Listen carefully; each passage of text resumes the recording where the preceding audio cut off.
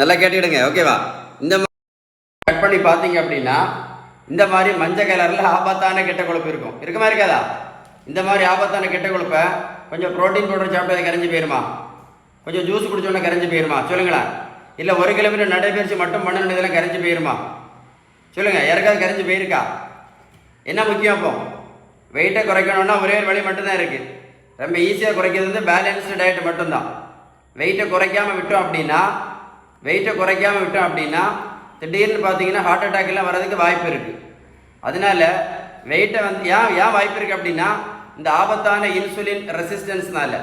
இந்த இன்சுலின் ரெசிஸ்டன்ஸ்னால தான் இன்றைக்கி நிறைய பேர் வந்து ஹார்ட் அட்டாக்ல இறந்து போகிறாங்க.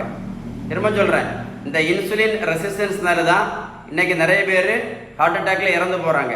அதனால பேலன்ஸ் டயட் நீங்கள் கரெக்டாக ஃபாலோ பண்ணி எவ்வளோ குயிக்காக நீங்கள் வெயிட்டை குறைக்கிறீங்களோ அவ்வளோ தூரத்துக்கு நல்லது. அது மட்டும் இல்லை, நீங்கள் வெயிட்டை குறைச்சா இந்த மாத்திரையெல்லாம் நிரந்தரமாக நிறுத்தலாம், இல்லை இந்த இன்சுலின் நிரந்தரமாக நிறுத்தலாம். இல்லை அப்படின்னா இந்த மாதிரி கொழுப்பு இருக்கும்போது நீங்கள் சாப்பிட்ற மாத்திரையும் ஒன்றும் வேலை செய்யாது, நீங்கள் போடுற இன்சுலின் எல்லாம் டோட்டலி வேஸ்ட்டு தான்.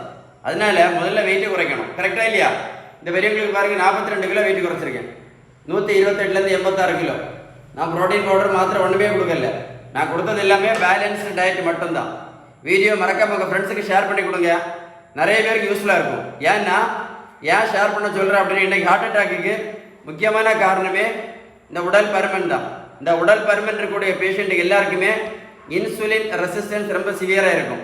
அதனால இந்த மாதிரி அடிவெட்டி கொழுப்பு இருக்கும்போது நம்ம சாப்பிட்ற மாத்திரையே வேலை செய்யாது, போடுற இன்சுலினும் வேஸ்ட்டு தான்.